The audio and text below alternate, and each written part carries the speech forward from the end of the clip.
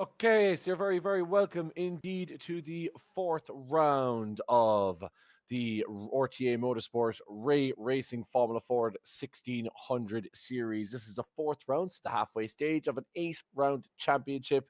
And as ever, you get to watch it live and exclusive on Gantry TV. If you do want to check it out on Gantry TV, check it out us out on YouTube. You can chat with us as well. If you want to subscribe to us on YouTube, give us a like, a thumbs up, all that kind of the YouTubery influencer nonsense. That would be great because we are broadcasting this series and hopefully more series in the future down the line. My name is Kevin Galvin, and I am joined as ever by my old reliable Evan Dalton in the commentary box next to me. Evan, who will lead things off here. But Evan, as we've just been talking kind of about every round, really about the previous round that's gone. But again, like set up very, very interestingly because we have a championship leader who's experiencing some technical issues. Yeah, it's a pleasure to be here as always. And as you say that, Ronan Doherty, that is, of course, is one of the victims of Ireland's fantastic traditional weather lately. And that's the problem when you run a championship that's mainly Irish drivers, is that the internet's not great in the back of beyond, and sometimes they can have problems. And unfortunately, that has struck Ronan Doherty. Whether he's got a fix for that or not, I'm not entirely sure, but it'll be a big change in the championship if something did go wrong for Ronan this evening. Hopefully it doesn't for his sake, but would make things very interesting. Yeah, indeed, would make things very interesting if the only way of watching it gets affected. Obviously, Storm Aisha last couple of days. We've Storm Jocelyn on the way, and it's affected a lot of these guys. We obviously have quite a lot of the fastest drivers in Ireland generally tend to be found in the Northwest. And certainly they've been affected massively by some of the storms. So Ronan Doherty is leading one of those. He's leading the championship by 11 points. But as I said, the two storms recently have had its way with his and many others' Wi-Fi. So he may be racing currently on a phone sim in a router that's probably stuck on a window somewhere. So let's hope that the data in Donegal stays pretty good. He's had a very tough weekend last weekend and a real open weekend it was as well, Evan. It kind of throws the whole championship into disarray with some of the results we saw. Yeah, we saw some very interesting results last week, of course. We saw a double win for Peter Dempsey, who I'm actually just having a quick look at the practice times. He is quickest again, so could be back this week potentially. We saw then Jordan Kelly take pole and the win in race 3. Of course, had a bit of bad luck in race 1 and race 2, which sort of sent him down the order, but we expect him to be back up there as ever. He is, of course, a very quick driver who you can never really count out at the best of times, but it was a big shuffle up in the main championship and in the B championship, and it sets things up nicely for the second half of the season, I have to say. Massively. Peter Dempsey kind of breaking the Jason dominance of rounds 1 and 2 last week at Oulton Park. He won first 2 races and was headed for a comfortable third position. Well, not a comfortable third position, but certainly for a third position before clipping the tyre barrier on one of the chicanes and then tangling with Jason Smith. But really, the former national championship winner and turn 3 member, a great weekend for him. And the first time we've seen him really back up at the top in quite some time. Jordan Kelly also qualified P1. He met the tyre barrier, however, at the chicane in the first race. He battled back through the evening and ended up winning race 3 by a canter. Almost 8 seconds was the difference. And poor old Hans Mullet, 558 laps last week, Evan, but unfortunately, I didn't even know if he get 5.8 laps across the 3 races with all the incidents he was involved in, as we see some of those cars now pouring out for the quality session. Yeah, he was like the Proclaimers in terms of practice last week, poor Hans Mullet. And he didn't really go too far in the races. I certainly saw some of the drivers discussing in the Discord server that he's quick again this week. So we'll have to wait and see. Jordan Kelly saying that it was because it's a bit colder up north is why he's quickest, or why Hans Mullet is quickest, I should say. So that's an intriguing one for the Racing Driver Book of Excuses. But I think Hans will hopefully have a better week this week. Of course, he was involved in a bit of an incident last week, and that maybe sent him down the order a few times. But hopefully, for Hans' sake, again, it's a good race this week, for him. Hopefully, it's a good race for every driver. Look, I may as well get them all out in one go. Yeah. With no favorites there, of course. Now, speaking of instance, there were plenty of them last week, and the stewards taking a dim view of that. They said this week. We'll be evoking part of the rules that allows us to hand out race bans next week. The usual suspects in silly instance will be instantly dealt with being banned for a race. So there you go. I mean, we're talking now about race bans straight away. It's a pity that we're kind of gotten to this stage, but understandable given just the sheer amount of instance we've had in the opening three races. Yeah, it's harsh, and it's a level you never really want to get to, but unfortunately, sometimes you do have to get to that level. And look, when it's the same, or when it's frequent offenders, I should say, who are causing incidents, you got to start with putting the fist down with the heavy punishments. And I think that's what the stewards team here are looking to doing. And overall, if there is harsher penalties and it eliminates incidents, that gives us a bit of a better racing product, and hopefully we can see the beginning of that here this evening. Yeah, absolutely. Shout out to John McDonald, who's messaged us in on YouTube saying, looking good on the hotel room TV tonight. Room service, a pint, and Gantry TV. Apologies to have interrupted your room order DVD that you got, John, but I hope you don't mind this level of entertainment. A small consolation for missing out on the racing tonight. He says, keep up the great work. Thanks very much, John, but appreciate you listening in and watching in today, and for what's going to be a big night. I can't believe I just said that, but anyway, here we are. This is the level we're at. We're off the marks early with the jokes. We're underway here on Gantry TV. Where else would you get it? Look, if they can say the word heroin in a Le Mans 24-hour stream, we're all right with what we've said. That's where we are. Ronan Doherty leading the championship by 11 points, as we said. Very, very close behind him. We'll have a look at the standings there now in a second with these fancy new graphics that we have on stream. Thanks to Ronan Hedden for all his work there behind the scenes. Some superb new graphics. So as we walk through it here, this is the B series. Let me get the A series first of all. So the A series, we've Ronan Doherty topping the timings at 190, then Jason Smith at 179, Jason Cooper's in third place at 158. Then we have Sean McClements 146, tied with Chris Knox. They're both tied for position.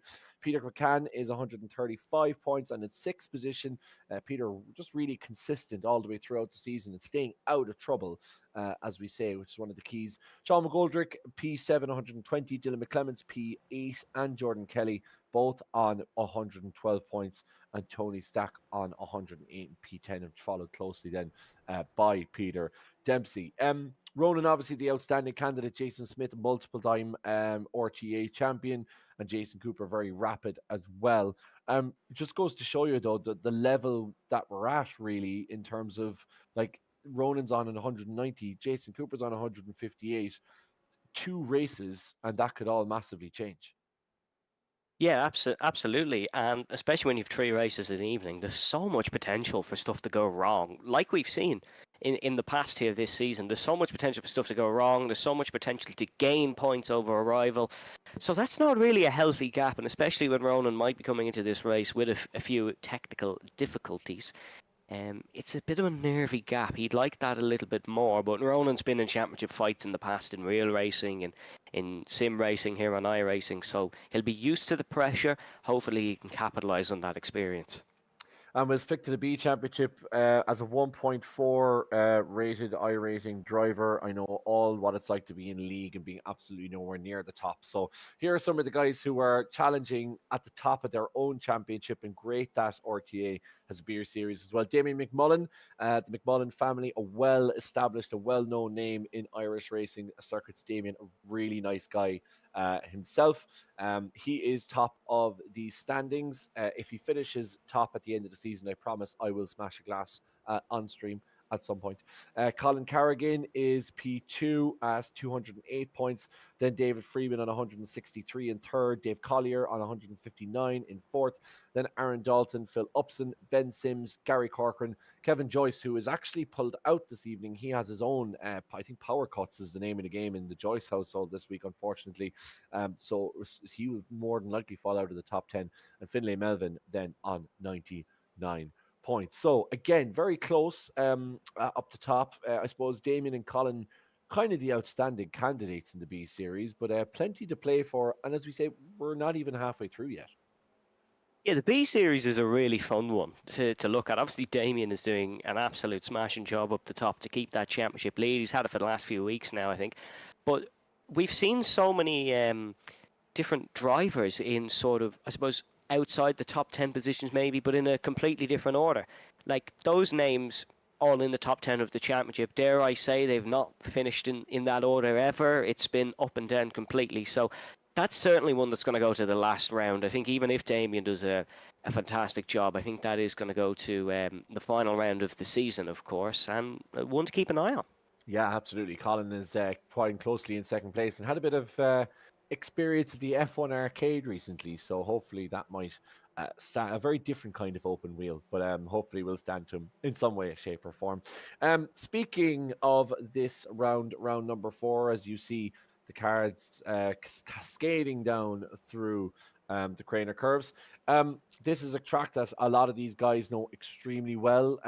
This is obviously just a kind of a classic on the British racing calendar. And as you say, a track that a lot of the guys the racing will know this, know it in real life and also very well on the sim. So in a way that we kind of maybe Oulton Park was a little bit lesser known on the Formula Fords, this is certainly something that we'll expect to see a lot of guys have a lot of experience of. One man who has a huge amount of experience of it in real life and off on the sim is Jordan Kelly, and he thankfully and very welcomingly put together a little package for us to have a look at as we walk our way through the circuit that is Donington Park Grand Prix. So hopefully here he is now coming into, first of all, Redgate. That's a right-hander late on apex on that. As you come down into the Craner curves, the famous Craner curves are really push the aero right to the very limit. Through the left-hand side there as you approach down towards the old hairpin. Very important corner. Too fast or too slow affects your momentum massively as you come back up the hill here and past that old bridge that's kind of collapsed a couple of years ago, and they just left it the way it was. Now into McLean's, left extra and left, and then right into McLean's Park. Place the car as much further right as you can. Again in the turn point to go flat out around the left hand side and then going around the right, then through Coppice. Coppice is that horrible blind one coming up over the hill. You brake hard through the first painted triangle, you cut the first apex, ignore the second apex, and you're going now down into the final sector of this track. So you go down into the S's. Those are really fast chicane, cutting left and right, almost cutting right across the first one to come back around, and then the Melbourne loop. This is approaching on the left hand side of the track. Brake as late as you can, turn the car and slowly to help pick up a middle to late apex and apply the power smoothly on exit, and then finally into Goddard's. That is very similar, but this time you're going round to the left around the paddock here at Donington Park. Brake the car's length before the end of the curve on the right, keep the car in a straight line longer than you think, turn into the corner, middle to late apex again, carry good speed across the start to finish line. And for me, Jordan was going so quickly I couldn't even keep up with him. A very delayed commentary there on a lap here of the Donington Park GP circuit, but a real iconic circuit on the calendar, Evan, and Jordan giving us a great example of how to go through it. Yeah, absolutely. A real iconic track. It has a bit of Formula 1 history, has a bit of touring car history, British Touring Car Championship here since 1987, on and off. Has some FIA World Touring Car races here as well in the past. TCR as well. TCR UK, our very old, or Ireland's very own, I should say, Max Hart picking up a couple of wins here in the past in the TCR. So it's a well-known track. It's a well-known track to sort of racing drivers across the world, really. They'd all know the history behind this Donington Park circuit. Yeah, and speaking of Max, I actually, when I looked up the page of the FIA standings, Max holds the lap record in TCR UK in 2022, and he sent me on the kind of race footage of that lap, and he said he said in terms of the race, he had a bit of a weird one. His right rear hub failed going down the main straight at around 200 kilometers an hour. So that wasn't a very good one for him.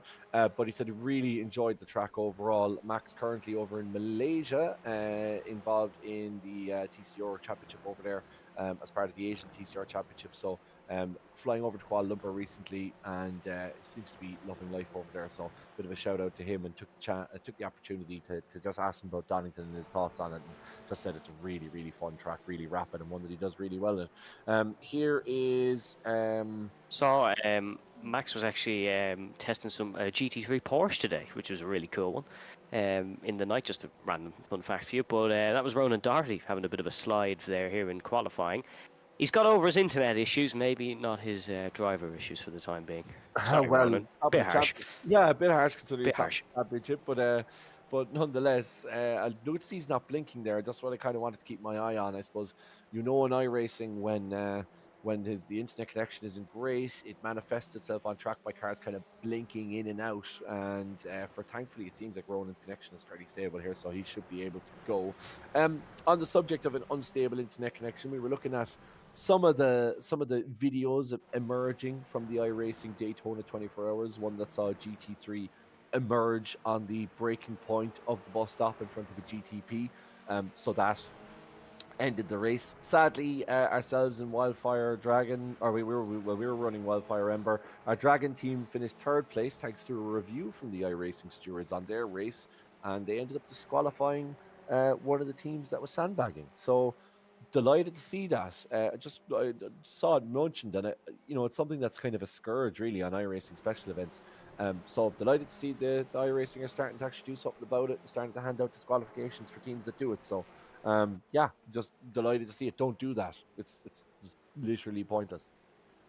Evan with some fantastic avoiding tactics to say how his team did in Daytona, but I will not ask him about that result because What I will say, Rodman told me before you joined how it went. So what I will say is our Gantry TV team, or Gantry TV Line team of Jack started, then I got into the car, and then Ronan got into the car, and all three of us ran superb stints, apart from the fact that my internet slightly cut out about 2 laps from the end of my second stint.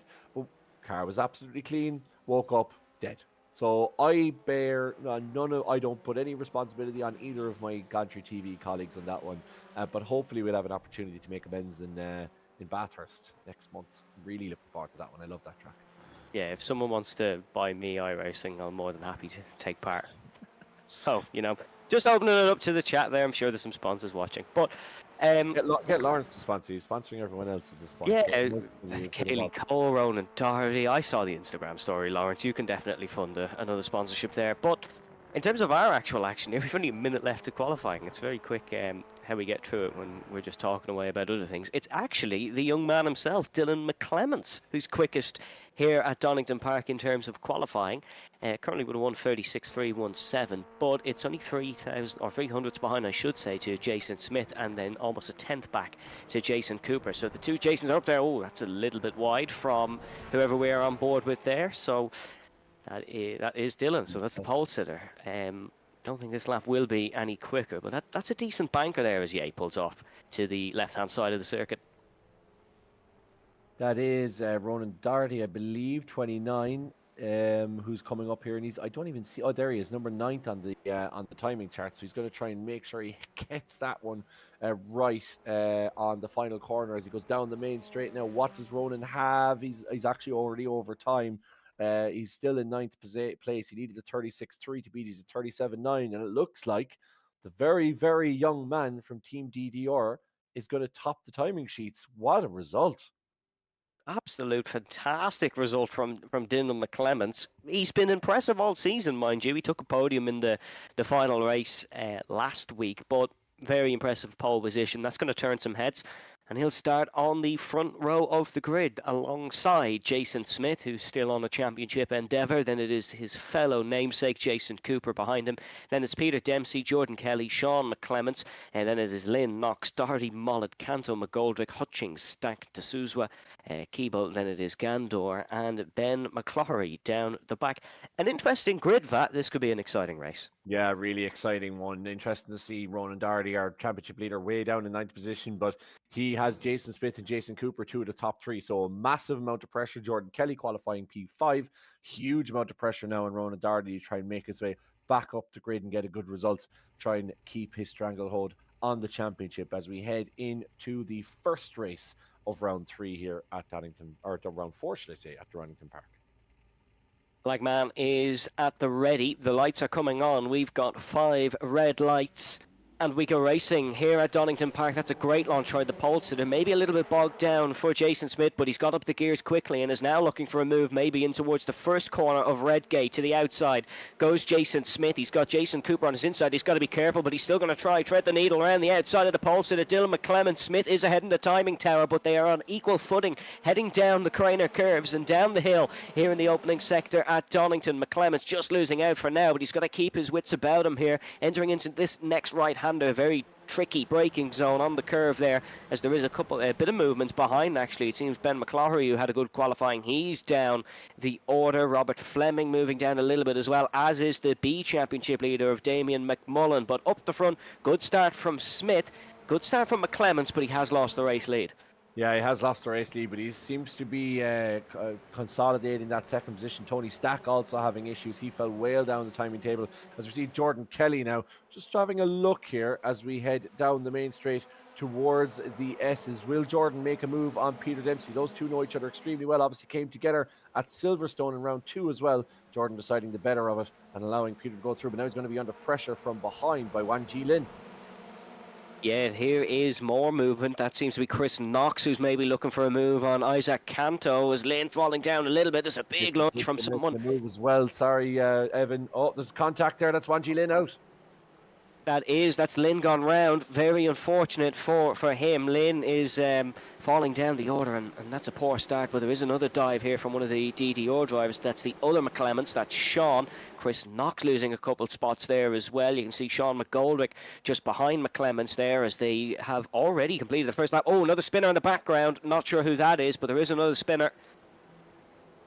Yeah, a lot of instance there, and in amongst that, Jason Cooper slipped down the inside of Peter Dempsey and Dylan McClements. So McClements now in 4th position, Peter Dempsey behind Jason Cooper in 2nd place, and that gap already now between Jason Cooper and Jason Smith, 1.1 seconds. So Jason Smith very much, as we said, pardon the pun, but in the driving seat here in the opening race. Of course, the race 1 sets the grip for race 2, and that's Ronan Doherty, our championship leader, off in the Craner curves. Have to see what happened there, but he's off. I'm not sure if that was an aero issue or whether it was touch from behind. We'll have to keep an eye there on the TD, and we order our star as we go to a replay, hopefully here now. Here we are now. He's going side by side.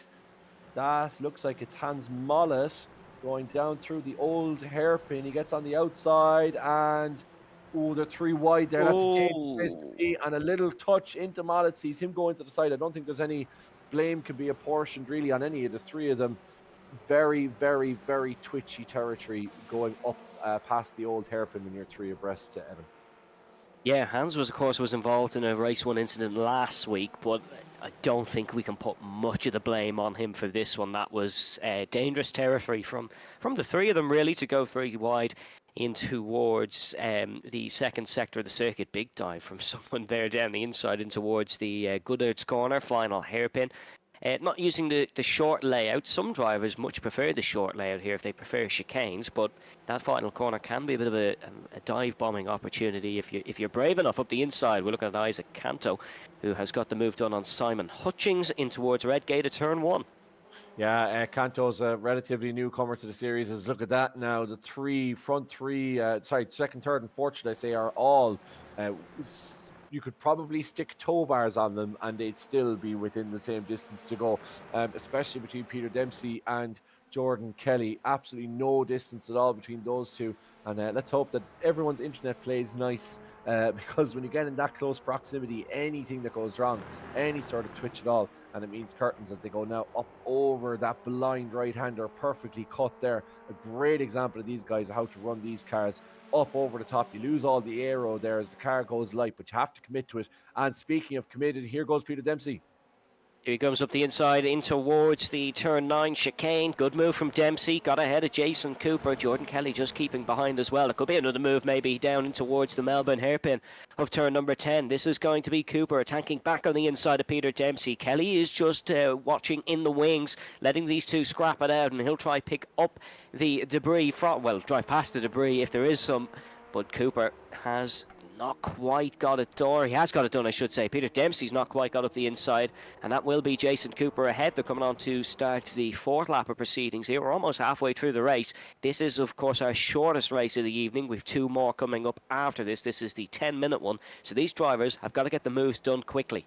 Yeah, time is pressing here for the 10 minutes. And as you say, all these races count equally. So you have to work harder and harder to get those points back as the races go on. As Tony Stack now putting a bit of pressure on Craig Keeble. I think Craig got the move done. We saw him lunge earlier on in the last lap.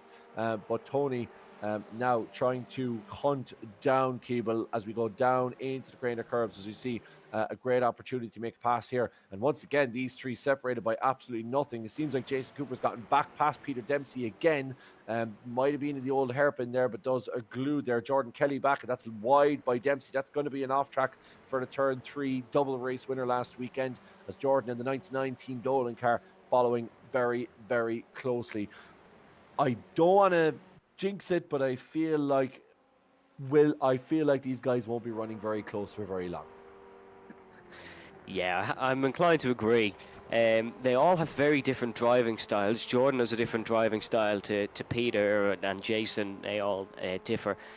But they do all love a good fight. As you can see, Peter Dempsey breaking up the inside in towards the Melbourne hairpin. Cooper doesn't fight that too hard. He knows there's plenty more overtaking opportunities on this circuit, and one of those is the next left-hander. To the outside goes Cooper. Big squeeze from Peter Dempsey.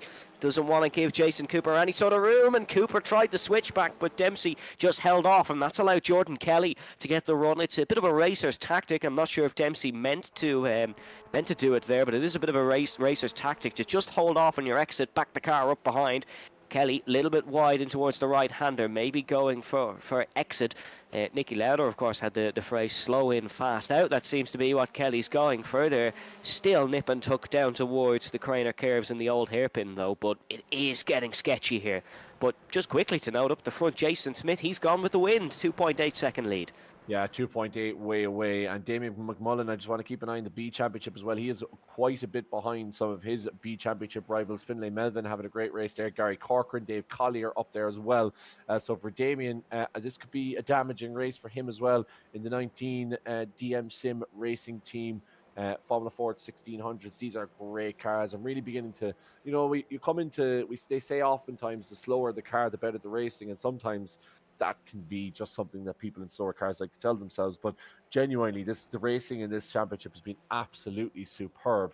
For when it goes right, once these guys keep it on track, as we see Damien now powering down the Craner curves in towards the old hairpin and under Starkey's Bridge. We'll go back to the front, however, because that battle is still going on between Jordan Kelly, Peter Dempsey, and Jason Cooper. Jason now round the outside. Will Peter try and move down the inside? He's certainly not afraid to be late on the brakes, and he goes round Jason giving him a little bit of a wide berth, trying to get around the outside. Now, Jason, is he going to have a run here?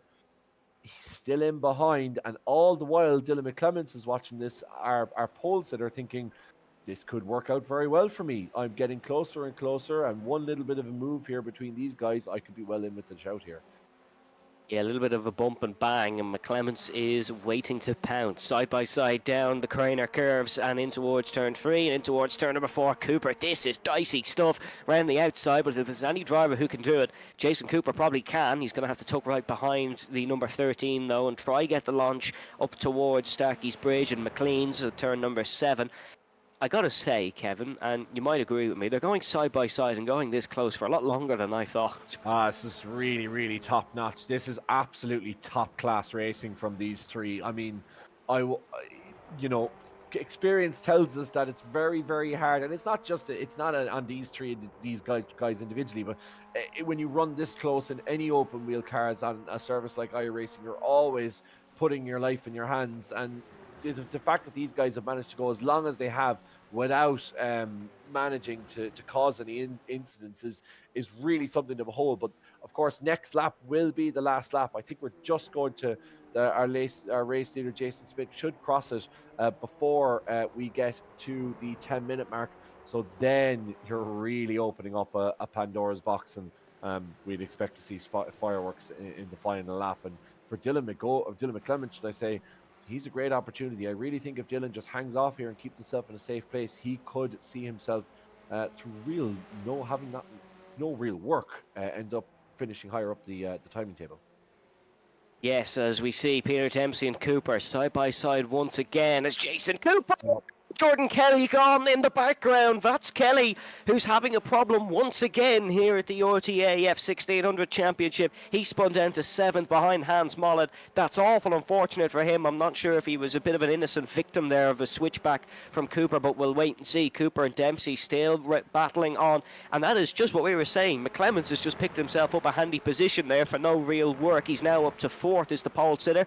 Here is Jason Cooper, I should say, right on the back of the turn 3 motorsport man Peter Dempsey, heading up towards turn number 8 now. This is a right-hander. Then we've got a chicane and 2 hairpins to go, and those are the real last opportunities for Jason Cooper, but they're 3 very good opportunities. Here he comes to the outside, heading down Starkey straight. It's a left and a right, but he might be ahead before we even get to the braking zone. He is. Well played from Jason Cooper. He's got to manage these final 2 hairpins now, as Dylan McClements is actually on the pounce here, looking to get past Peter Dempsey. Dempsey might be done by 2 cars in the same number of corners here. McClements laid on the brakes. Has he got a little bit too hot into there? No, he's off the corner nicely, but that is a run from Peter Dempsey. Jason Smith coming across to finish the race now, but we'll keep an eye on Dempsey and McClements here. Dempsey still on the inside now as we ride on board. No sign of Dylan McClements. It's going to be Dempsey who'll take the final podium placing, but Jason Smith takes race 1 win. Jason Cooper in 2nd. The Jason dominance has returned. Peter Dempsey narrowly beating Dylan McClements for 3rd. Yeah, they seem to like the northern tracks, these boys, or at least the Midland tracks. Jason Smith and Jason Cooper had a great running at Silverstone. And of course, again, now we're back in Donington Park, and a great result for Jason Smith. I mean, 5-second gap in a 10-minute race is no mean feat. But what a brilliant battle between Jason Cooper and Peter Dempsey. And you could see Dempsey trying to just nudge Cooper over a little bit, just trying to compromise him as much as he possibly could. But to be fair to Jason Cooper, he kept his foot on the loud pedal and managed to get the move done. And well done to Peter Dempsey as well for battling back against Dylan McClements there. I think Dylan just got a little bit ahead of himself into the final corner, and a little bit disappointing having been the pole sitter. A superb result finishing on pole, but I still think that Dylan will be very happy with a 4th position, as we see brother Sean having all kinds of incidents in this race. Normally we see him running in the top 10. He's finished now in P29, a couple of places behind our former Championship B leader Damien McMullen, but we'll have to see whether that changes now, because some great results there in the B Championship as well. Very little time to stop and think though as we go straight into our second heat. This is a 15-minute affair, of course, the grid being set by the first heat, but a superb race, and we'll go for your classified results now. Yes, it is Jason Smith who takes the race win ahead of Jason Cooper. Peter Dempsey in 3rd, then it was Dylan McClements in 4th. Chris Knox, Hans Mollet followed that. Good race for Hans, actually. All right, we may have had a bit of a slagging at him at the start for all his practice, but practice has paid off here at Donington. Then it is Jordan Kelly, Craig Keeble, Tony Stack and Lawrence D'Souza. Then it was Collier, McGuinness, Hutchings, Melvin Corcoran, Lynn Murphy and McCloughery. In terms of the B Championship, you mentioned it briefly, Kevin. The 2nd place in the B Championship man, Colin Carrigan, actually got the number over Damien McMullen, so a positive result for him. He's going to look to hopefully carry that one on.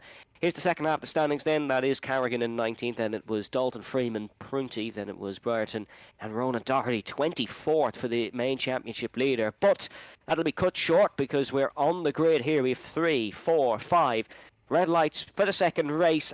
And we go racing here at Donington. Good launch once again from Jason Cooper. We saw him get a great launch in race one. That one might be even better. He's already looking for the outside in towards Redgate of turn number one. Smith has to play a bit of a defensive tactic. Peter Dempsey looking to capitalise on this one as McClements once again losing spots on the race start. Seems like maybe a little bit of a point of weakness for the young man, but he is learning as the weeks go on. And he'll file in behind Chris Knox, all safely true down the Craner curves, however. Yeah, Michael McGuinness losing out there. He's one of those that lost out. Kelly goes side a good move there by the Donegal man. And once again, Jason Smith, Jason Cooper, Peter Dempsey all separated within a second of each other. So certainly Jason and Peter will have plenty of, and Jordan indeed will have plenty of experience from the first race. Let's see if they can make a count in race two. Yes, here they go up towards the second part of the circuit now and almost into the newly refurbished part. As we see, the gap for the lead is a mere matter of inches. Jason Cooper looking for the outside on Jason Smith. He's gone for the outside. This is the racing line, of course, but Smith will break the later of the two. Seems to have caught out Jason Cooper a little bit there, but Cooper will tuck into the slipstream now, maybe have a go down into the Melbourne hairpin. We will wait and see. No joy there. Oh, big lunge from someone in the background. That's Hans Mollet. Oh, he's very lucky not to collect anyone there. He is extremely lucky. That was way too late on the brakes from Hans.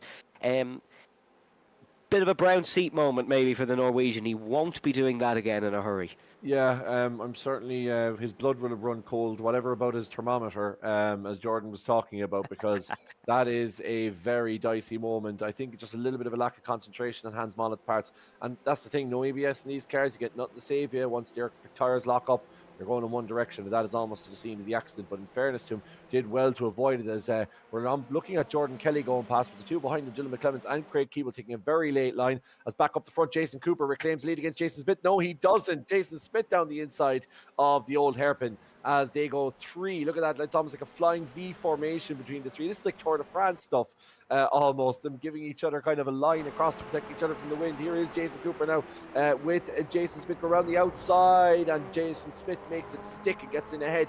A little bit of a kiss on the exit. He's going to have to take the inside now to protect himself as they go up through Coppice and down the Dunlop Straight. And Cooper, Chris Knox, Peter Dempsey, they're usually guys we see up the front of the championship, and indeed guys we see up front of the grid. But this will give Jordan Kelly a great opportunity to get himself back into it as well.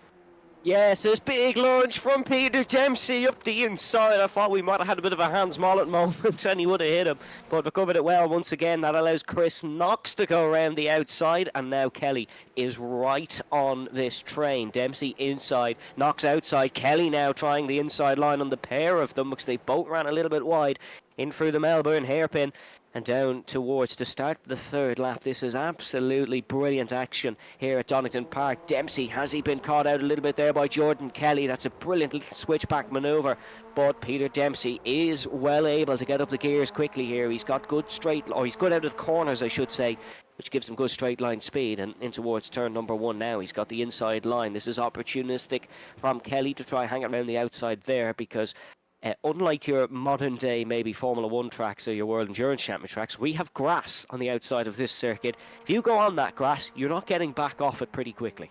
No, most certainly not. I think it's a one-way ticket to the Armco. That grass on the outside. Jordan doing really well there, because there was some fairly robust defending as Chris Knox now goes down the inside of Jordan. We have two men that were battered recently by storms Aisha and Jocelyn, but they're certainly serving up something themselves as Chris now tries to go down the inside of Jordan. It looks like he's going to make that stick, but Jordan manages to hang it around the outside. In fairness to Kelly, he's so brave. And Peter Dempsey staying in third position. Jordan now up ahead of Chris Knox and going to have the inside line as well. And I thought that Peter was going to get caught out, because going so late into that curve, not only did he almost cause incident, I just say that, put the kiss of death on him. Just put the kiss of death. I was just going to talk about his hot tyres and how that could affect his grip as he went wide, and Jordan Kelly seems to have pulled back. But Peter Dempsey spinning out at the the Fogarty S's. Yes, that is so unlucky for Peter Dempsey. It's a mistake completely under his own accord. We're going to have a Gantry TV replay here in a moment. Yep, here it is now. Let's take a look. This is RTA Motorsport man Peter Dempsey heading in towards the Fogarty S's. It's gone off my screen, unfortunately, Kevin. I'm not sure if you can still see it. No, it's gone off my screen. We just see There we go.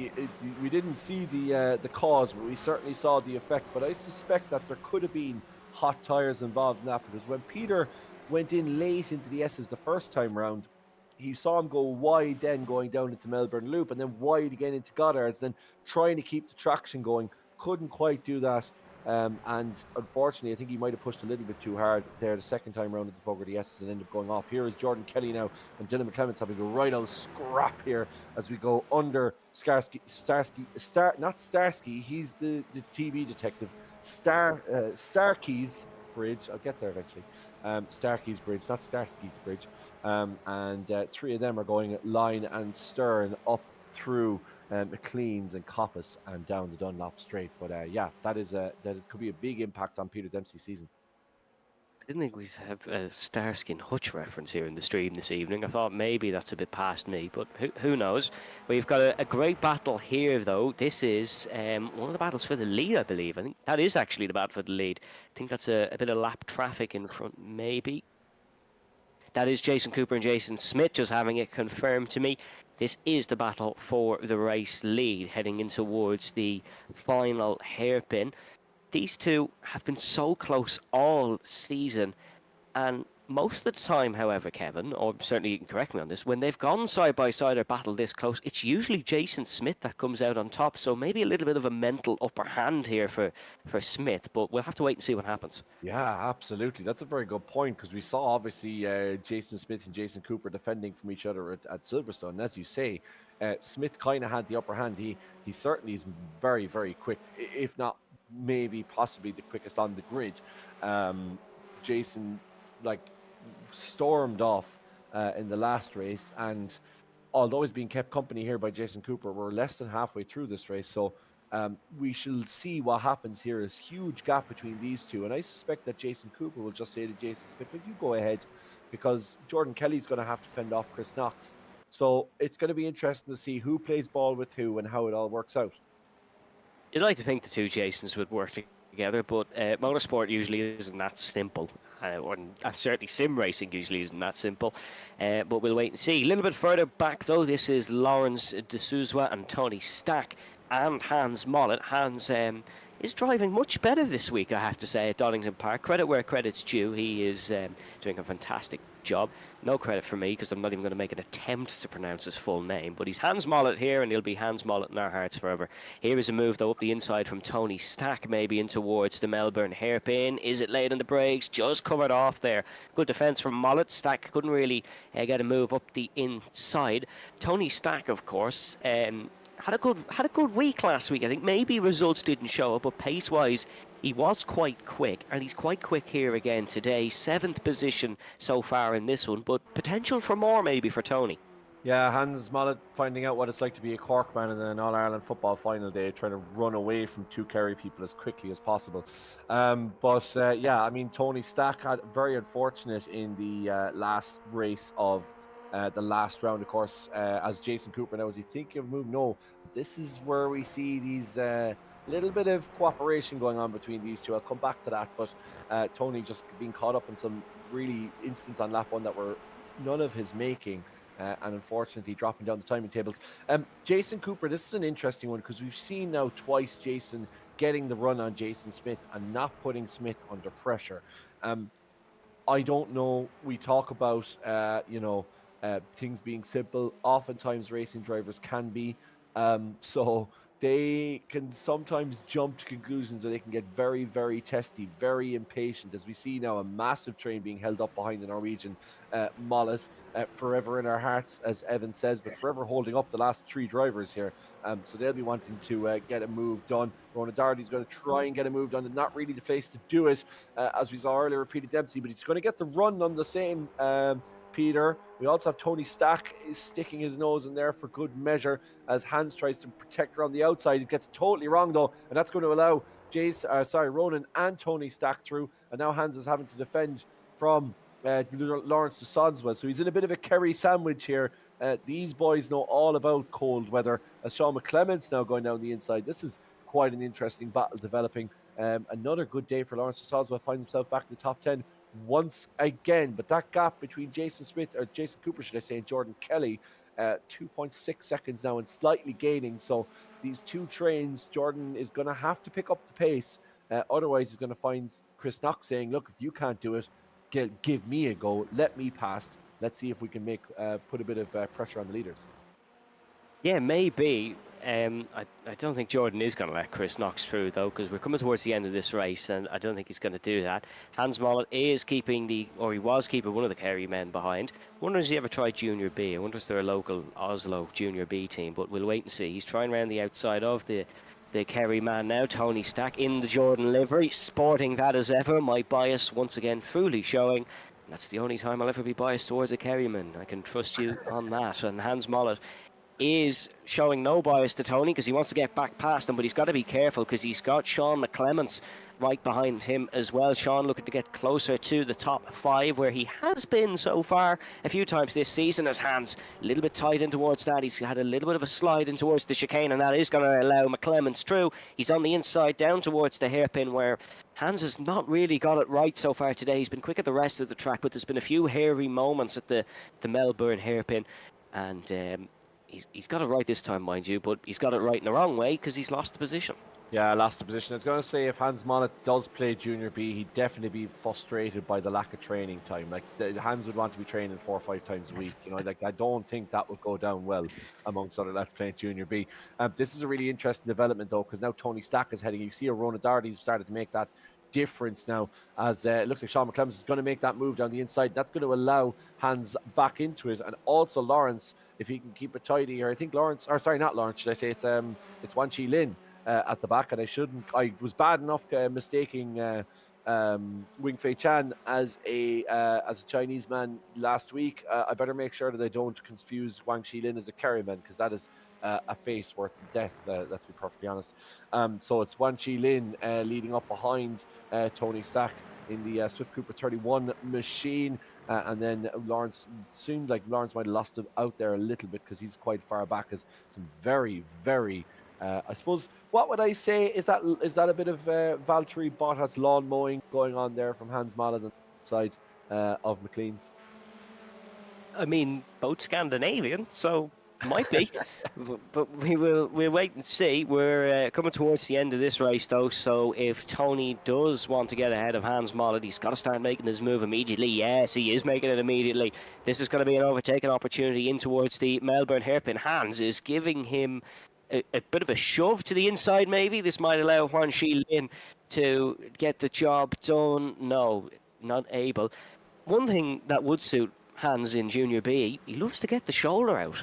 Does love to get the shoulder out, absolutely. Yeah, he would definitely be a sort of this kind of fullback that would probably trot on your toes and try and get you sent off at some point over the course of the game.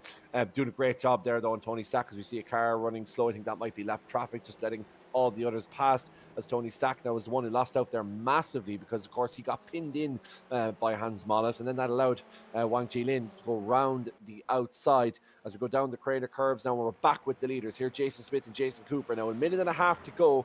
We should get another lap in, and then all hell will break loose between these two. Jordan Kelly and Chris Knox 2.8 seconds behind. We can't expect to see a huge amount of difference. Knox has actually gotten ahead. Kelly's gotten ahead of Knox, and he's gapped him quite a bit there. So Kelly is now going to try and push big time to see if he can get on the back of Jason Cooper, because any instance between these two and the Inishowen native will find himself up in the reckoning for that one, as we see Jason now making his way through the chicane. That's a bit of a testy one when you have somebody over your gearbox, as we see Cooper now going around the outside. Yes, we're going to have a last lap scrap on this one. Unlike the last race, this is Smith on the inside, Cooper just tucking in behind, but these two, well, I'd like to think they're going to go battling on this final lap. They are they're not afraid of a fight, I should say. Hans Mollet and Wan Chi Lin in the background having a bit of a scrap, but here we go. Final lap of race 2 here at Donington Park. These two are going for the full amount of points, but if something goes wrong, Jordan Kelly setting fast laps 0.3 a second quicker than the both of them. He's looking to pounce through Redgate safely for the first time and down towards these famous Craner curves. Can Jason Cooper maybe just push it a little bit more than Smith in front and give himself a bit of an advantage heading back up the hill? He is braking late in towards the right-hander. He's pushing it through here. And bit of a slide from Jason Smith, but good car control. Catches it well. Now through up Starkey's bridge, I should say. Here comes Jason Cooper for the outside on Smith, trying around the outside. This is a bold move from Jason Cooper. Has to be careful not to get the shove, but it is Jason Smith who spins off to the left-hand side through McLean's, and Jason Cooper will inherit the win. Jordan Kelly only 5/10 behind the race leader now. Could he maybe have a go down towards the Melbourne hairpin? Yeah, I think so. I suspect even if Jason Cooper crosses the line in first place, I would say the stewards will have something to say about that incident with Jason Smith. It looks like Cooper did get a little bit of a run behind him, but just because you're, somewhere near the car in front of you doesn't mean you necessarily have the to go into them. And I suspect that Jason will be apologizing to his namesake, Smith, after the race, because that was a really unfortunate race for Jason Smith. Now, Jason's recovered well. He is in third place, but this allows Jordan Kelly to go around the outside. Let's see what happens. Kelly's going to go down the inside here. It looked like Cooper slightly left the door open, but it looks like Cooper's going to recover. I suspect Cooper crosses the line in first place, but I suspect Jordan Kelly could end up being our race 2 race winner this evening at Donington Park. Yeah, not sure the stewards are going to be too fond of that one, especially on the last lap of the race win. There's crucial points going for that. Now, thankfully for Jason Smith, he's actually not lost too much, because realistically he might inherit second, and that was kind of where he was looking like he was going to finish if Cooper got ahead. But Dave Collier there crossing the line, good race for him. Hans Mollet did stay in front of Lawrence de Souza and Tony Stackey, finished in 8th, just if you wanted an update on that battle. This is actually the battle for the B Championship lead, though, crossing the line now in 17th and 18th. That's Colin Carrigan, who once again has finished ahead of Damien McMullen. So McMullen not really having a great race great races, I should say, from a B Championship perspective. But look, there's no harm in his results. He's just got to try and beat Colin in the next one, and that's it. A very eventful race in race 2. Thankfully, we get to do it all again in race 3 for even longer. Yeah, absolutely. And it's all set up now to be a superb race. I hope to speak to our, I suppose, both first and second across the line. I'll have a chat with Jason Cooper first, our race winner provisionally from race number 2. Jason, cross the line. I'm going to say provisional race 2 winner. What do you, I suppose, talk us through that last lap with Jason Smith? Yeah, I went to go around the outside of him. There's a bit of a net code there, I think. There's a tyre width between our cars on my screen anyway. It's a bit unfortunate. I tried to slow down to see if he could recover, but the others were coming out too fast, so I had to put my foot back down again.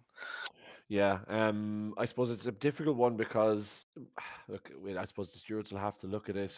If it is net code, you should be all right. But look, you have been made to sweat, I think it's fair to say, in the first 2 races. A lot of really, really battling. And to be fair to you guys, you're doing a superb job of keeping it together, given how tight and twisty this Donington track is. Yeah, the racing's been really good, really clean so far, and I'm just unfortunate with that bit of contact in that race there. Don't like to win with contact, so yeah, sorry for that. Of course. Look, we'll be speaking to Jason Smith about his side of things in a second.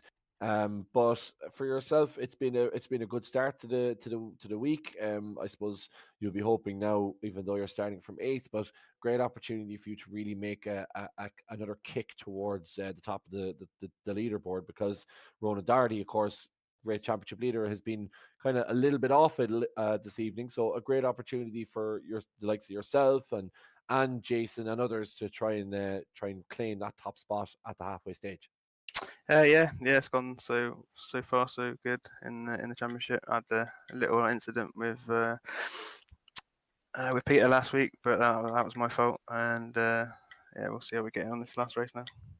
Perfect. Jason, congratulations on your provisional race 2 win, and best of luck in race 3.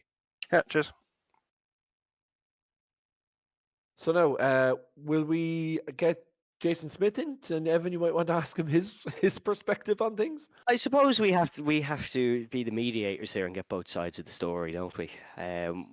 As we can do that now, because I believe Jason Smith is just joining us. Jason, bit of misfortune at the end of that second race, a bit of contact with Jason Cooper. What do you make of that from your eyes? Yeah, it was just racing really. It's just we neck coded a little bit, but if I was on the outside in Jason's position, I would have left where I was a bit more room, so then I could get the switch back going up the hill. But it was just really unfortunate. Like me and Jason were working together to pull away, and then we knew ourselves we could battle at the end, and it was just the way racing goes sometimes. And just head forward to the last race. Yeah, looking at the last race, obviously you still got third in that race, so with the reverse grid you will still be starting down a little bit. Pace has been very good today from yourself. Is there any expectations of maybe a win here in this one?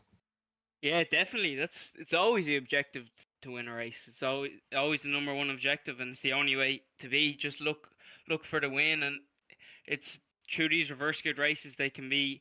It's just where you pick your moments and where you position your car, and it's whether you get lucky or not, really. So be interesting one, and I know all the lads are behind me, like Jordan and Jason will be coming up the field, and I know that the toe is very strong, as you've seen in the race. Like going up the old hairpin, Jason was pulling like 3/10 of me in the straight, so I couldn't really get away. So. Then just finally, of course, you've been battling with Jason for a lot of the race. Then Jordan came to it a little bit there in the end. Cutting through the field, is there anybody you're worried about maybe on who you think, oh, these guys are quick, I might not get past them?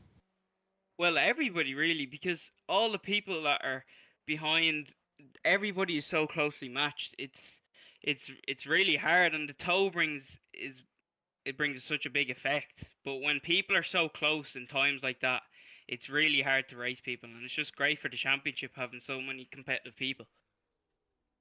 Well, Jason, thank you very much. I'll let you get back to it. Grand, thanks very much, guys. Good to hear from Jason Smith there. Good to hear from both Jasons.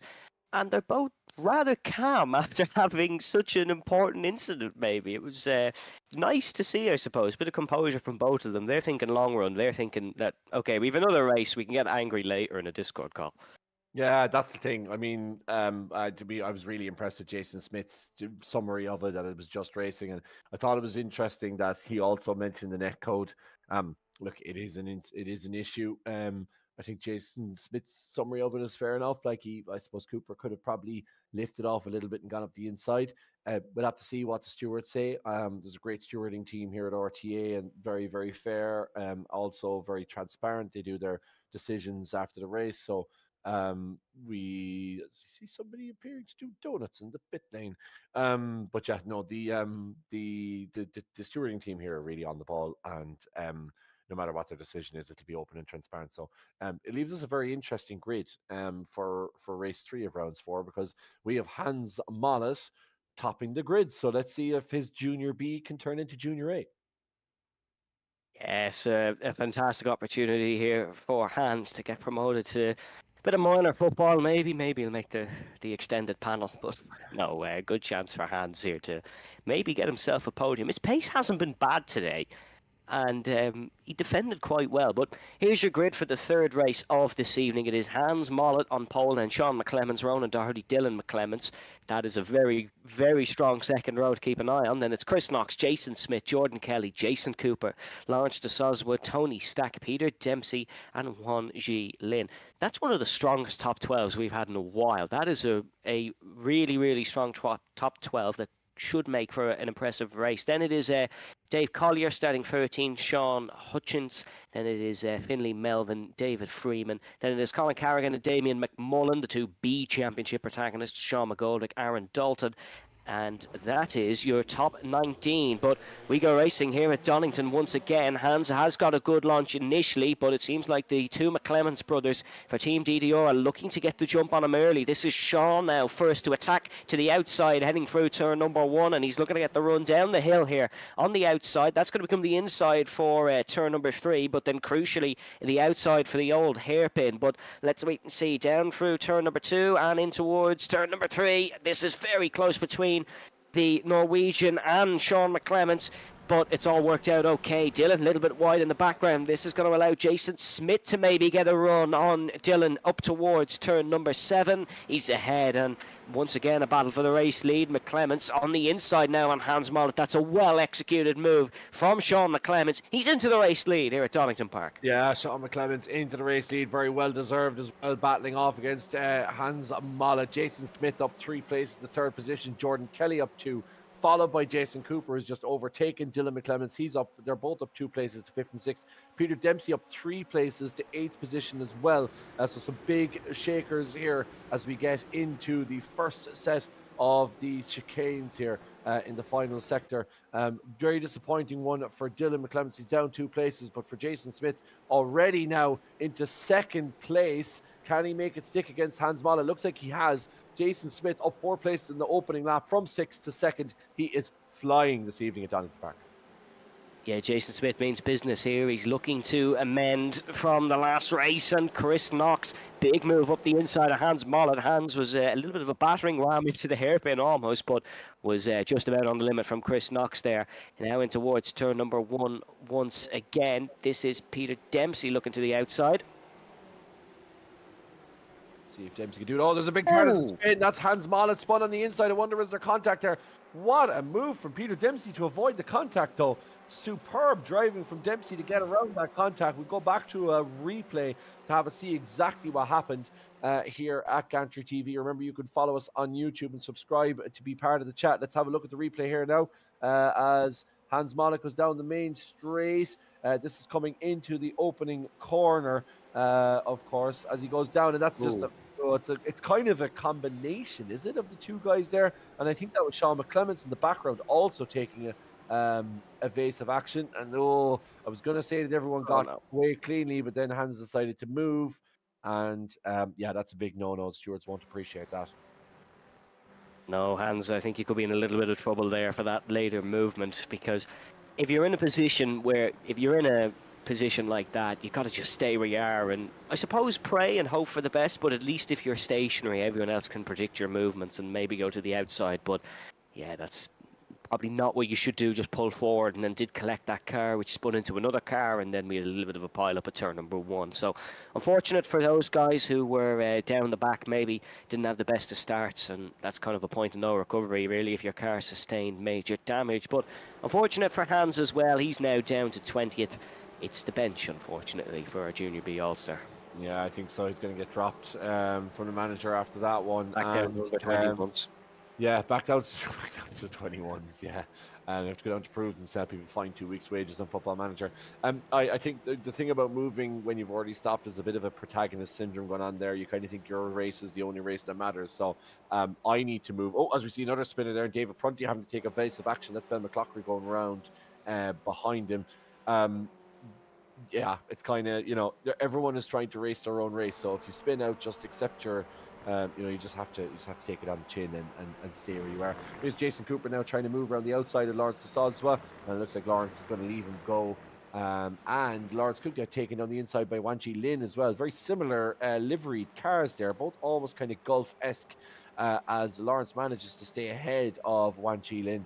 But good work from Jason Cooper now up into 6th place. So as you look, Jason Smith leads very, very closely to Sean McClements, who's certainly keeping them honest at the front of the leaderboard. Chris Knox in 3rd place, followed by Jordan Kelly, Peter Dempsey, then Jason Cooper. That power trio, we'd expect to see them up near the front. Ronan Doherty, you could see there, is all the way down in 20th position and appears to be out of this race already. Or no, Ronan's still running, but certainly way down the order. So yeah, it's really an evening to forget for Ronan, or a day to forget, having had his Wi-Fi cut out. Just goes to show you sometimes a router and a mobile sim, it might be the bare minimum sometimes, and you just can't get away with it, as Chris Knox posts the fastest lap.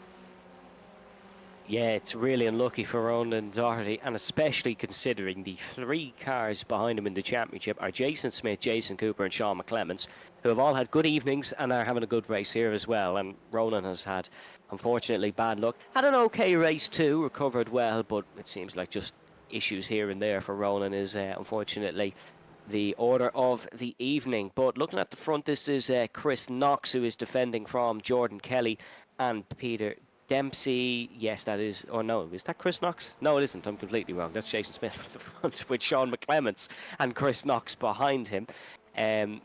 Chris Knox was usually in one of those Gulf-style liveries. We've got the right livery on this evening, I think, for him, so I'm completely confused. But the Team DDR livery is the one that works for me. It's similar every week, so fair play to those lads. They've kept it simple.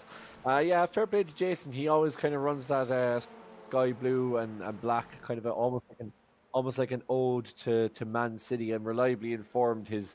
It's exactly the same as his own car.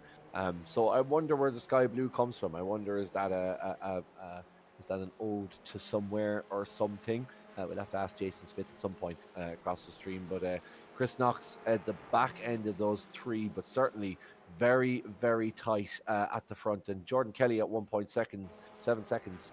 He's still very much in this. If these guys stay close and they kind of get in each other's way, you expect to see that 99 car up and running as well.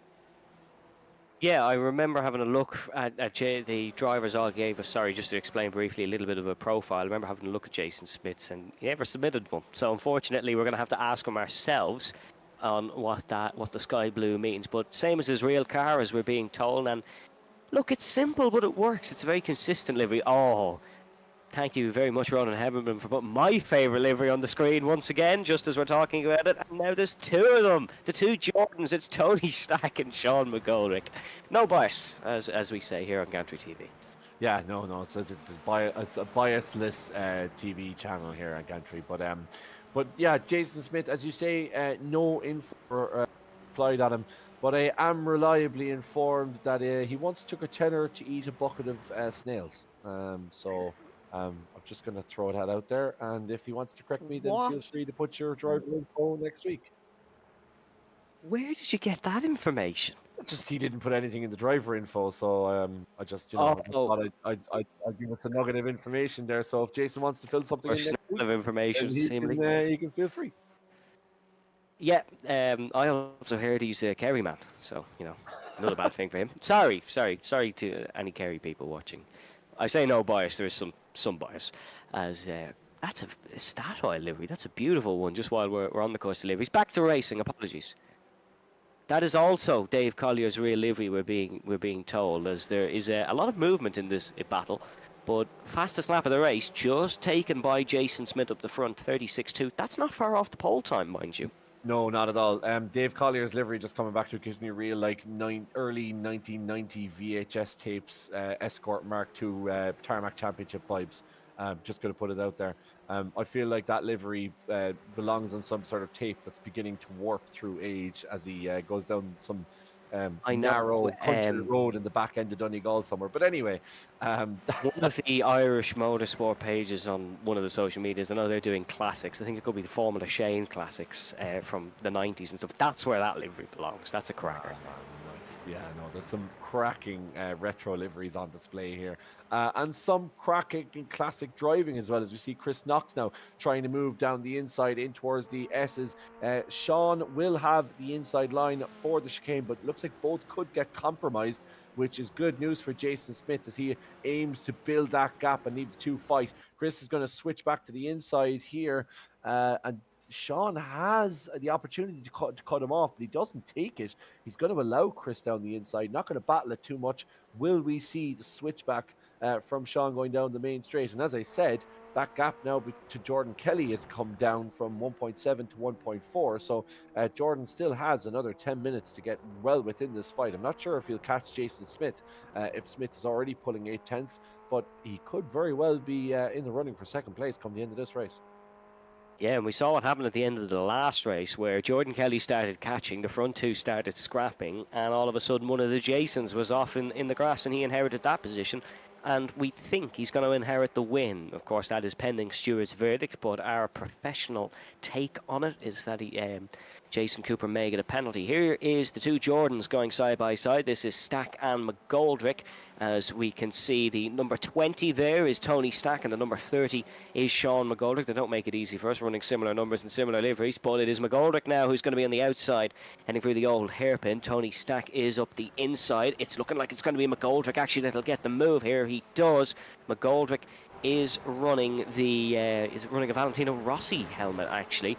But Tony Stack is under pressure from Finlay Melvin now here up the inside. Finlay has had a great race, I have to say, and a great race day, I should say. Finlay bumping himself up the B Championship a little bit. This is Dave Collier with a lunge up the inside now. Dave, just about keeps it clean. That was close heading through there.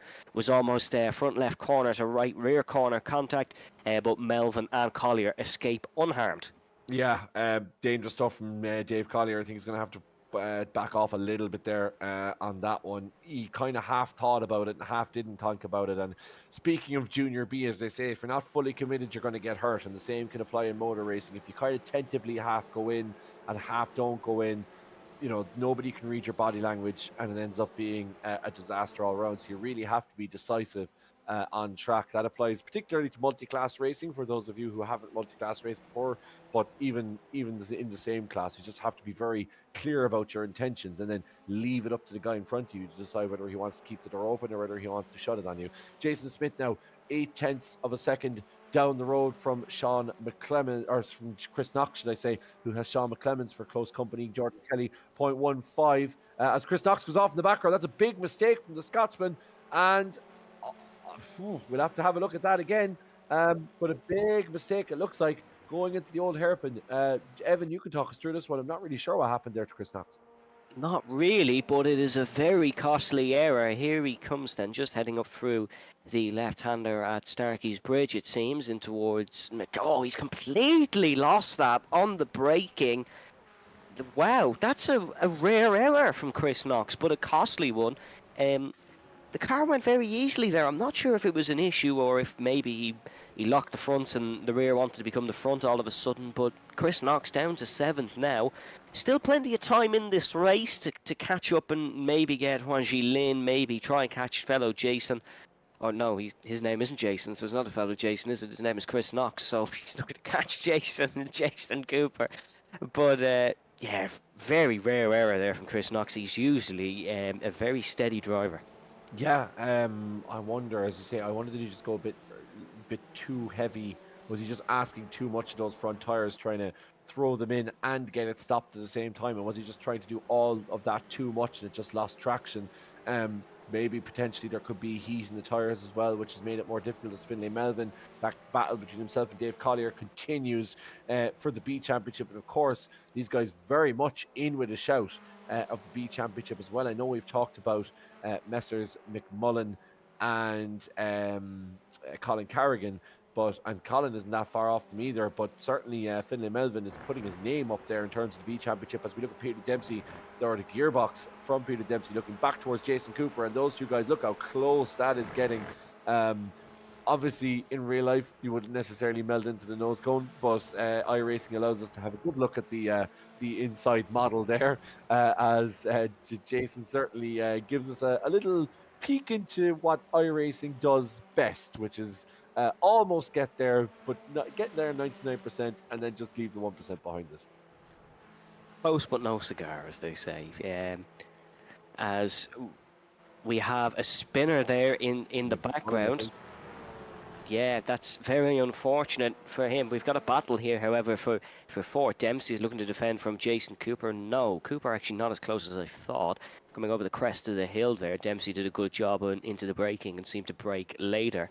Up the front, though, Jason Smith is now pulling away from Sean McClemens. 1.5 is the gap, 1.6 the gap. It's ever increasing. Kelly slowly catching Sean McClemens here. There could be a bit of a battle coming towards the end of the race. Yeah, absolutely. That seems to be a back marker there. John said if Jason's a dub, then his livery is a nod to the Dublin GAA jersey. Probably, possibly. It's not really. Yeah, I suppose sky blue is kind of a dub color. Yeah, could very well It be the dub changes colors. a lot. It was Oh, sky blue change a lot. last year, and then there was sort of darker blues back a few years ago. But sure, look, we'll ask him if we do get to speak to him. He's in third now, though, so he'd have Rare to. confused species does the species does the dubs. I mean, I leave them off, in fairness. Anyway, that's a story for a different day. We'll have to ask Jason about that. Do remember you can keep an eye on the chat on Gantry TV. It's on YouTube. You do have to subscribe to the channel, but that subscription is totally free and it's a huge help as well.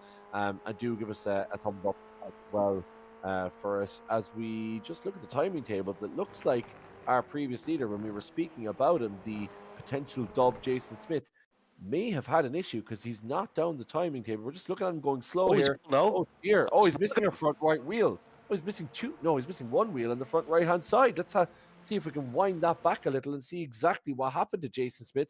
Just as we were talking about his connections and his livery, it seems like we don't even have to say anything nice about him. Just mentioning him is enough. And it's through the hairpin. Oh, there's somebody gone off in front of him. That was a back marker gone off in front of him, I believe. And Jason, Aaron Dalton is the offending character there who went off in front. And in fairness to Aaron, like, no fault of his own, particularly, he just went off. And then, unfortunately, Jason tried. Oh, that's a really unfortunate incident. Just a back marker catching out the race leader, and that's destroyed his chances of winning race 3. And Jordan Kelly is now in the lead of race 3, so it seems like all the bad luck he had in the opening 3 rounds at Brands Hatch, Silverstone and Oulton Park, he is getting his dividends here this evening, as he's looking like he could win 2 races on the trot, once again pending Stewart's verdict, that is, for the second one. But we'll wait and see. Cooper still on the back of Peter Dempsey here. This is now a battle for the podium, but how unlucky that is for Jason Smith. That's big points lost. And he ran a little bit wide, and unfortunately the car just went from under him. He lost the front right tyre, so no continuation there. That car is back to the garage for some repairs. Yeah, not much he can do there, though. And I think he probably got spooked by the car that spun out in front of him, tried the evasive action, and then ended up going straight into Aaron Dalton there. So it's just a really unfortunate one for both Dalton, who's running his own race, of course, and indeed Jason Smith, the race leader, as we look at this battle between Sean McGoldrick and Lawrence de Soswa. LD getting the inside line there in the 26 car with all of his subscribers and followers, some of whom I hope are listening and watching tonight. So if you are, thank you very much for joining us, and do subscribe to our channel as well. We know you can subscribe. We know you have the ability because you've done it to Lawrence's channel. So if you can do it to his, you can do it to ours. Anyway, Lawrence 28 and P30 is Sean McGoldrick behind. 2 lovely liveries, in fairness. Lawrence has a lovely sort of colour scheme with the aqua and orange and dark blue. Sean McGoldrick follows his way around, and it looks like next lap could very well be the last lap, as LD keeps himself very much ahead of Sean McGoldrick. Now back to the battle for the podium places, and here's Peter Dempsey, Turn 3 Motorsport, won 2 races last week. Another good week this week for Peter Dempsey, but Jason Cooper very, very, very close by, as is Wan Chi Lin, ready to, or could be Wan Chi Lin, ready to pounce here in the 31 car. Wan Chi Lin's livery is what Chris Knox was running last week, I think. So maybe that's where I got confused earlier. Sorry, I'm just still making excuses for myself. But the battle for third, Jason Cooper parked right behind Peter Dempsey. These are 2 drivers who've probably become a little bit familiar to each other in the past few weeks. They had a couple of side-by-side moments last week in Oulton Park, and it looks like they might have a few here again. On to the last lap of the race, it seems, or certainly we will be, as Jordan Kelly will bring us round to the white flag to indicate the penultimate lap of the race. He's actually already... Oh, no, he's not already on it. This is the final corner, as McClements slowly right behind, but it's not looking like McClements will be able to go toe-to-toe with him just for now. Lawrence de Soswa in the background getting the job done, as the checkered flag was already out for some reason. But We've got one more lap here of racing action this evening in Donington, and it's looking like it's going to be a good one. As this is side by side. This is Sean McGoldrick, who's gone up the inside of the Soswell. That's a good move from McGoldrick. He's ahead. Oh, car off in the background. No, see, that was the white flag was being raised. I waved. I was worried that our Apologies. flagman had one sherry too many, but it's certainly the white flag and not the checkered that's being waved thus far. We should see the checkered next time round, but who will be ahead of this battle when that checker flag is waved? At the moment, Lawrence de Soswa doing a great job of holding off Sean McGoldrick, and up the front, Sean McClements is making inroads in on Jordan Kelly as well. That gap down to half a second. Will Sean try a late lunge on Jordan Kelly? Should be interesting to see. Kelly holding the lead at the moment. The massive gap then between McClements and Peter Dempsey. And Dempsey, you can see in the background there, Jason Cooper and Wan Chi Lin. So you're seeing all of the front runners here in the one shot here, thanks to Ronan Hederman on the cameras at Gantry TV, doing a superb job as ever as we watch third, fourth, and fifth barrel their way through the S's, and who will be on top for the final podium place. But it looks like Jordan Kelly will be our race leader. We're going to keep with this battle at the moment. Here's Jason Cooper now trying to switch back here on Peter Dempsey. Not going to make it happen, I don't think. And Dempsey's going to hug the inside because he knows once he can hug the inside, and if he can in any way at all compromise Jason Cooper's exit, he'll have a great chance of finishing. As we see Jordan Kelly now cross the line for P1 in race 3. Jordan Kelly, as Evan alluded to earlier, could potentially be a double race winner this evening. Stewards' decisions pending. Great evening again for Jordan Kelly as Sean McClements finishes second behind him. Peter Dempsey in third. Wan Chi Lin getting to jump on Jason Cooper in fourth. And Lawrence de Soswa, a superb drive in the last couple of laps by Lawrence. That stream is going to make for superb watching from LD as Sean McGoldrick just gives him a little wiggle behind just to say congrats, that was a great race.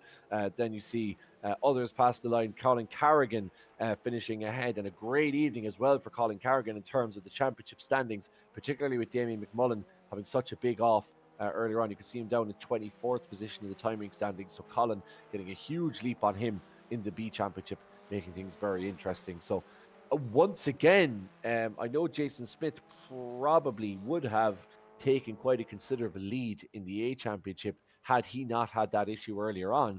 But once again, another round goes by, another evening goes by, another whatever in total, but 90 winners' points are dished out. And again, we're no closer to finding out who could potentially win either the A or B Championship in this season's RTA Formula Ford 1600 series. Yes, and Jordan Kelly, who took 2 wins here this evening, he was tied for 8th in the championship. And there was a good few drivers in front of him who did not have good evenings. Of course, your championship leader, Ronan Doherty. Then Jason Smith, of course, had that incident in the final race. Chris Knox had a bit of a moment as well. Dylan McClements, okay, he got pole in the first one, had a good first race, but sort of fell down the order towards the end. Oh, no, he finished 7th, actually, which is not too bad. But Jordan's going to jump up here. We could see a jump up in the championship from Tony Stack, actually, as well. Okay, it may not have been a podium for Tony, but his results were very consistent. Speaking of results, it is Jordan Kelly who takes the race win for race 3. Then it is Sean McClements and Peter Dempsey who round out the podium. Turn 3 Motorsport in 3rd, fittingly. Then it was Wan Chi Lin 4th. I think that could be his best result here in the RTA Championship since joining us. Then Jason Cooper in 5th, followed by Chris Knox in 6th. Then it was Dylan McClements in 7th, Lawrence de Soswa in 8th. As Kevin said, that's going to make for a great watch on Lawrence's YouTube channel after we conclude our action here. Then it was Sean McGoldrick in 9th, Tony Stack in 10th, Dave Collier on 11th, good result in the B Championship for Dave. Then it was Hutchings, Melvin, Carrigan, Freeman, Mollett, Toomey and Prunty who round out the top 8. Then as we look a little bit further down, it was Jamal Gandor, the Lebanese driver, who finished in 19th. Then it was Upson, Smith, Dalton, Doherty, McMullen, McClary, Corrigan. Then it was Brereton, Canto, McGuinness, Murphy, Keeble, Thornton, Fleming. Then it was the other Smith and Rob Parks down the bottom. Interesting results once again, a little bit shuffled across the board, but Jordan Kelly, just like last week, takes the race 3 win. Yeah, Jordan Kelly is our race 3 winner, and hopefully you'll get an opportunity to speak to him shortly, Evan, to see what his thoughts are on this evening's race. And of course, 2 races really where you could potentially have won. Hopefully we get Jordan in the commentary booth there shortly as he just finishes off his post-race routine and dusts himself down. So Evan, I'll leave you in capable hands, in Evan's capable hands, to have a chat with our race winner, Jordan Kelly. Jordan, it was nice to speak to you last week. We said maybe we'll have you back this week. We will. It is one race win for sure in race 3, maybe another one in race 2, depending on how the stewards see it. But that was a quite successful evening for you compared to recent weeks. Yeah, I was the first race there. I was like just sitting in behind Jason and Peter, and they had a check up, and then that caused me to spin. I had a 7th there, but then the next 2 races, I got a bit unlucky at the start of the 2 races and lost kind of the toe to the leaders and stuff. But then again at the end of both races, I had a bit of luck and stuff. So they both seemed to work out well, and it was good to take a one in race 3 now. In terms of the championship, then obviously it was looking okay, a little bit precarious after last week. But you're going to take a huge jump here this evening. Maths isn't my strong suit, so I'm not going to do the calculations immediately. But you are going to jump up a good few places in the championship. Obviously, you've been a champion before in Ireland and England. Surely you've championship ambitions now. Yeah, well, again, it's just a matter of keeping the head down, trying not to get into too much accidents. I think Jason got a bit unlucky with accidents this week, so I think it's just a matter of keeping that down, because normally near the end of the season the numbers aren't as high, so it's a lot less likely to lose a lot of points. So I will just keep the head down now in the next race, hopefully, or the next week, and hopefully do the same. And then just finally, this is a bit of an interesting question, but I'd like to get your perspective of it. Obviously, the stewards were not really happy with the incidents last week. Did you see a bit of a reduction this week in terms of the bumping and banging on the circuit? I think everybody was a wee bit more conservative around here with the toe and stuff. They weren't doing big sends, and everybody was well warned before before the start of the races. So hopefully there's not as much incidents, which there doesn't look to be. So fingers crossed. Jordan, thank you very much for joining us. I'm going to let you go and enjoy your evening. And once again, congratulations on the win. Thanks, Evan. Chat to you later. Great to hear from Jordan once again, your race 3 winner. He is definitely confident that he's a shot at this championship now. I think that's safe to say. Oh yeah, I mean, good. Like as you say, we had a very poor start. A lot of instances. He said himself there, but really, even last week with a race win, if memory serves me correctly, and this week again a superb couple of races for himself. Really starting to establish himself, the kind of Jordan Kelly that we know and love. So, yeah, really looking forward to the old Mikado sticks pushing him on to more race victories later on this week. Oh, what was it? The later on garlic this bread season. or something? Garlic bread, I think. Yeah, I think it's garlic bread. I think is he contractually? I think is Rob Parks contractually obliged to send him a couple of garlic baguettes if he wins this championship. I think that's what Jordan is driving for at this point. So yeah, no, it's great to see Jordan back where he is, and really like the likes of Jason Smith, your Jason Coopers, your Peter Dempsey's, your Jordan Kellys, like you like. Let's be honest, we do want to see him up at the top of the table. We do want to see him on stream battling each other. We do want to see good close racing. And that's what those guys certainly gave us this evening. So that's a great thing. One of those guys who I suppose had a disappointing start to the evening, but it turned out to be a very bountiful, at least race 3 with Sean McClemens. He finished in second place behind Jordan Kelly and joins us now in the commentary booth. Sean, I just said it there in the intro. Bit of a disappointing start, I suppose, for yourself in terms of quali, but you battled your way back through the races, and I suppose another great example of you mightn't necessarily get the greatest start to the evening, but the 3 races that give you an opportunity to slowly but surely battle your way back through the grid. Yeah, after race 1, I just sort of thought that me and the lads were gonna have a bit of a battle that was coming towards the end of the race, and after that incident where Sean had spun, I just sort of put the head down and says, look, I'll try to get as far ahead in this next race as I can, and that's what I done. Once I seen the opportunity of getting P2 for the next race, I knew that I would get a good race. So I just wanted to finish that race, to tell you the truth, which is why I wasn't really battling with Jordan or Jason. Just wanted to tuck in behind them and get on the podium. Yeah, we were wondering, all right, when the gap was down to about 5/10 going into kind of the second sector of the last lap, were you thinking of having a move. But I suppose, as you say yourself, like it's a long season, and the risk versus reward of trying to push for that first place. I know obviously it's always great to finish first, but sometimes you do kind of have to play the long game. Oh yeah, exactly. Especially with a lad like Jordan, he like with a gap with 5/10, Jordan's always going to be able to defend that. So it wasn't worth the risk. I know the past couple of weeks I've been unfortunate with incidents and stuff, so again, so I just want to get over the line and have a good result under my belt, and that's what I've done. So I'm happy. Now, Sean, you got a good look at my driving over the last weekend. You were watching in earnest and keeping us entertained while we were doing the Daytona 24 hours. Anything you learned from my driving over the weekend in the Porsche? Anything you might take into the rest of the season from what I was doing last Saturday? Yeah, I was looking at your chicane and you were taking it phenomenally, might I say. So I was taking a few tips of what lines you were going through the chicane. I thought I would apply it here, and it seemed to work. So thanks, Kevin. No worries. You can look. I was going to say you can send the check in the post, but you already gave me a few bob on stream last Friday, so I won't ask for any more off you. Sean, thanks a million for your continued support, not only of Gantry TV and indeed RTA, but indeed giving me a bit of a morale booster. Could have done with that now after the way our race finished. Congratulations on second place, and look, expect to be talking to you very soon again next week. All right, cheers, lad. Thanks very much to Sean, who absolutely rinsed me on the stream as well. And Ronan was calling it out to me, so that was very enjoyable. I have to say, being absolutely demolished by a 17-year-old who's about 3 seconds a lap faster than I am. But anyway, we digress.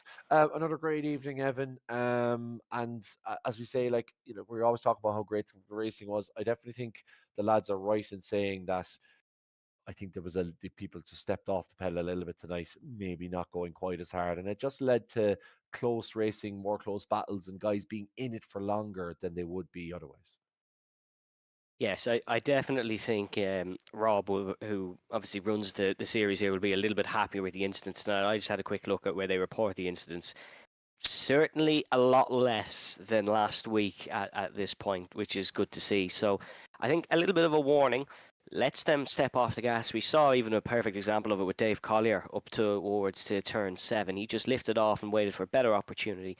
And that gives us a brilliant racing product here. We had a great races this evening. There was some fabulous battles, and it was right on the money. I think we have a good balance now. Yeah, really nice balance. And hopefully as we head in round number 5, we're through the halfway stage now, going up north to Knockhill, Chris Knox's home circuit up in the wee bonny land of Scotland. That is our penultimate round, of course, in the UK as well.